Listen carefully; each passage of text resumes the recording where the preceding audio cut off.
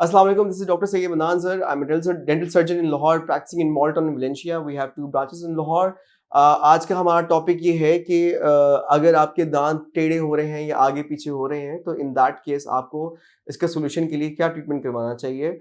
बहुत कॉमनली आपने सुना भी होगा और कुछ लोगों ने ये सुना होगा कि बचपन में ही ब्रेसेस या अलाइनर्स करवाएं तो इलाज होता है।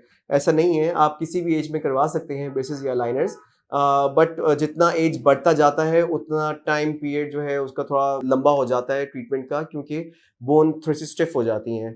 So this is how it is. दूसरा ये कि जो अगर हम डिस्कस करें कि कुछ पेशेंट्स हमारे पास, पेरेंट्स एक्चुअली हमारे पास बच्चों को, पेशेंट्स को लेकर आते हैं जो कि 6 to 12 ईयर्स के होते हैं और वो समझते हैं कि वो उनको बच्चों को ब्रेसेस की जरूरत है। उसमें ब्रेसेस तो नहीं, कुछ और डिवाइसेस की जरूरत पड़ सकती है जिसके थ्रू हम बच्चों के दांतों को ठीक कर देते हैं कि उनको ब्रेसेस ना लगवाने पड़े। लेकिन ब्रेसेस टिपिकली 13 एज से स्टार्ट हो जाते हैं। आइडियली 16, 17, 18 एज की एज में लगाने चाहिए ब्रेसेस को। सो लेट्स डिस्कस कि अगर आपके दांत टेढ़े हैं और आगे पीछे हैं या उनमें गैप्स हैं तो हमारे पास क्या ट्रीटमेंट सोल्यूशन होना चाहिए।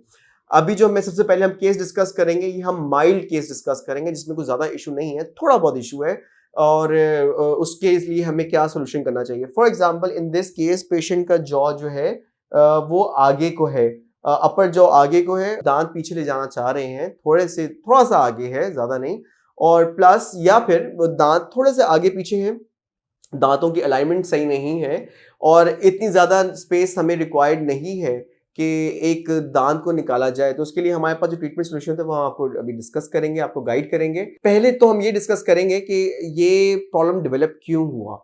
ये डेवलप इसलिए होता है कि आपके जब दांतों का साइज बड़ा हो, जॉ साइज छोटा हो, जब दांतों को स्पेस नहीं मिलती इरप्ट होने की तो वो टेढ़े आगे पीछे होकर इरप्ट होना शुरू हो जाते हैं।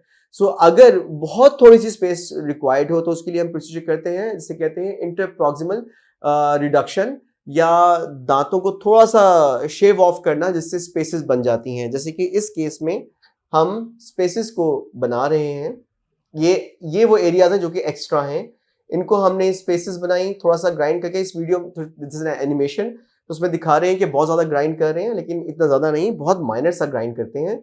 एंड देन थ्रू ब्रेसेस या अलाइनर्स हम दांतों को करेक्ट कर देते हैं, उनकी पोजीशन ठीक कर देते हैं। जाती तौर पे मेरी कोशिश होती है कि हम ये वाला स्टेप ना करें जिसमें हम दांतों को ग्राइंड कर रहे हैं। ग्राइंड करने के बाद हम बहुत कोशिश तो करते हैं कि हम उसको दोबारा से वो स्मूथ कर दें उस तरह से जिस तरह से एक कुदरती तौर पे जैसा दांत बना हुआ होता है उस तरह की इनेबल कंडीशन में आ जाए।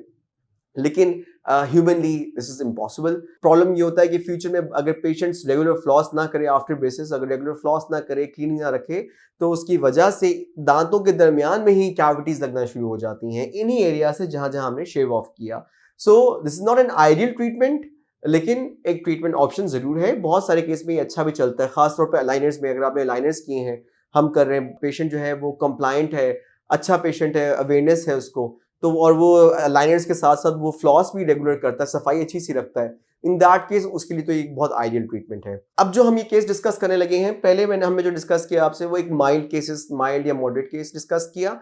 अब हम थोड़े कॉम्प्लेक्स केसेस डिस्कस करेंगे। वो इस वजह से जब आप डेंटिस्ट के पास जाए तो आपको सरप्राइजेस ना मिले कि अच्छा ये भी हो सकता है, ये हमें तो पता ही नहीं था इस ट्रीटमेंट ऑप्शन का। ट्रीटमेंट ऑप्शंस फॉर दोस्त जिनका प्रॉब्लम थोड़ा ज्यादा होता है, जैसे कि आप इसमें देख सकते हैं इस पेशेंट का थोड़ा कॉम्प्लेक्स केस है जिसमें दांतों की पोजीशन आगे पीछे ज्यादा है और जो स्पेस यानी जॉ साइज ज्यादा छोटा है दांतों के साइज की निस्बत, जिसकी वजह से दांत आगे पीछे ज्यादा हो गए। अब हमें जो स्पेस चाहिए होगा जिसमें ये दांत करेक्ट होंगे, वो स्पेस हमें ज्यादा चाहिए, जिसकी वजह से मजबूरन हमें कुछ दांत निकालने पड़ते हैं। अगर आप इस वीडियो में देखें, जैसा आपको नजर आ रहा है कि ये कुछ दांत हैं, ये एक्सट्रैक्ट करने पड़ रहे हैं। ये 4 दांत एक्सट्रैक्ट किए हैं इस केस के अंदर, जिसके बाद ये दांत ब्रेसेस के थ्रू सीधे हो गए हैं, या अलाइनर्स के थ्रू भी हो सकते हैं, लेकिन इस केस में आई वुड प्रेफर कि हम ब्रेसेस करें, अलाइनर्स से इतने रिजल्ट्स नहीं आते।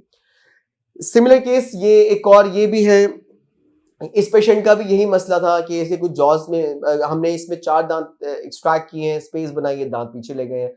अब जरूरी नहीं है कि हर केस में हम 4 दांत ही एक्सट्रैक्ट करें, कुछ में हमें 2 करने पड़ते हैं, कुछ में 1 करना पड़ता है। एक तो मतलब बहुत रेयर केसेस होते हैं इसमें करना पड़ता है, टिपिकली 2 या 4 करने पड़ते हैं। अब इसमें पीछे वाले दांत एक्सट्रैक्ट किए हैं जिसकी वजह से दांत सीधे हो गए हैं। इस केस में हम 1 दांत एक्सट्रैक्ट तो कर रहे हैं, दिखने में तो एक ही लग रहा है, लेकिन जितनी दफ़ा मैंने इस तरह के केसेस किए हैं तो these are the difficult ones. ये वाला जो गैप है इसको क्लोज करना, this is not an easy job, इसको थोड़ा सा मुश्किल हो जाता है।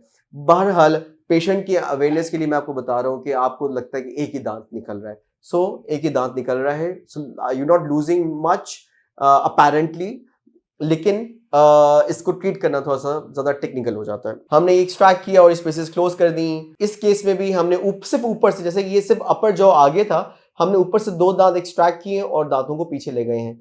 जिस तरह आपने देखा होगा, बहुत सारे लोग आपने ऐसे देखे होंगे जिनके अपर जॉज, या आपके फैमिली में पेशेंट्स होंगे या आप खुद, आपके अपर जॉ बहुत आगे है, और इतना आगे नहीं कि कुछ सर्जरीज करनी पड़े, मतलब दांत की पोजिशन आगे हैं। इन दैट केस हम ऊपर से सिर्फ 2 दांत एक्सट्रैक्ट करेंगे और वो अपर जॉ को पीछे ले जाएंगे। और कुछ लोगों के लोअर जॉ आगे होते हैं, in that case lower jaw में से 2 दांत एक्सट्रैक्ट करते हैं और लोअर जॉ को पीछे ले जाते हैं, तो नॉर्मल बाइट बन जाती है। नॉर्मल बाइट हमेशा आप याद रखिएगा, अपर जॉ नीचे वाले दांत से जरा सा आगे होता है। जैसे इस केस में भी जो मैंने आपको बताया कि अपर जॉ बहुत ज्यादा आगे है, ओवर जेट है वो बहुत ज्यादा है, इन दैट केस हम यहाँ से 2 दांत एक्सट्रैक्ट करेंगे। जिस तरह ये क्लास 2 मैलोक्लूजन कहलाती है, इसका भी कुछ रोल होता है, वो खैर कॉम्प्लेक्स हो जाएगी बात। बहरहाल ये 2 दांत हमने एक्सट्रैक्ट की, जिस तरह इसमें दिखाए हैं, एंड देन आपके हमने दांतों को पीछे ले गए। ये वो क्लास 3 मैलोक्लूजन है जो कि हम बता रहे थे कि लोअर जॉ आगे हो, अपर जॉ पीछे है। इन दैट केस हम नीचे से 2 दांत एक्सट्रैक्ट करेंगे। ऊपर से एक डिफरेंट रीजन है जिसकी वजह से ऊपर से भी एक्सट्रैक्ट करें, लेकिन मेनली नीचे से 2 दांत एक्सट्रैक्ट करेंगे और जॉ को बाइट पे नॉर्मल ले जाएंगे। कि आपको डिफरेंट डिफरेंट सिनेरियोज में डिफरेंट डिफरेंट ट्रीटमेंट पैटर्न्स बनते हैं, बट आई लाइक डूइंग कि हम एक्सट्रैक्शन ज्यादा प्रेफर करें as compare to the ones जो कि स्टार्ट में दिखाया, इसमें हम आईपीआर कर रहे हैं। ऑल्दो ये एक बहुत कॉमन ट्रीटमेंट है आईपीआर, यानी दांतों को थोड़ा सा ग्राइंड कर देना, लेकिन वो सिर्फ मजबूरी की सूरत में ही करना चाहिए। रूटीन में अगर अगर उसके बिना काम चल सकता तो ज्यादा बेहतर है।